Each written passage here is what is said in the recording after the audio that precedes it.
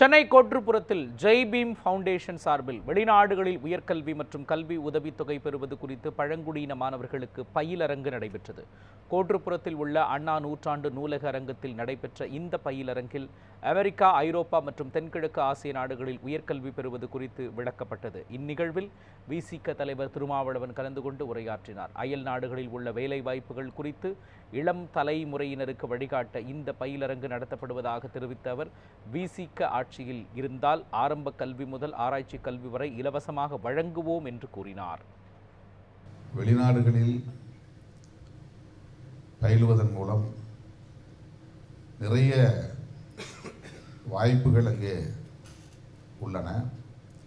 ஏராளமான கோர்சஸ், வகுப்புகள் ஒப்பீட்டளவிலே இந்தியாவை விட பிற நாடுகளில் அதிகம் உள்ளன.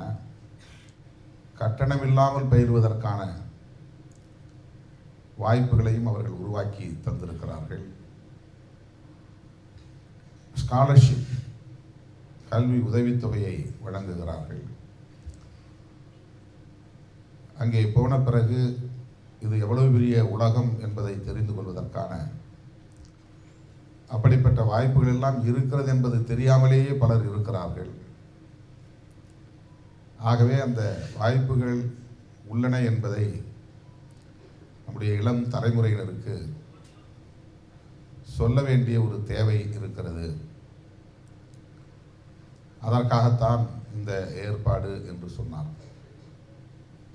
எல்லா இலவச திட்டங்களையும் நிறுத்திவிட்டு கல்வியை மட்டும் இலவசமாக வழங்குங்கள் என்றார்.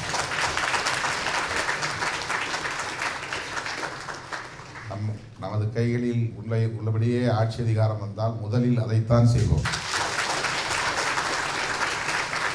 ஆரம்ப கல்வி முதல் ஆராய்ச்சி வரையில் எல்லா பிள்ளைகளுக்கும் கல்வியை கட்டணமில்லாமல் வழங்குவதுதான் உண்மையான புரட்சியாக இருக்க முடியும்.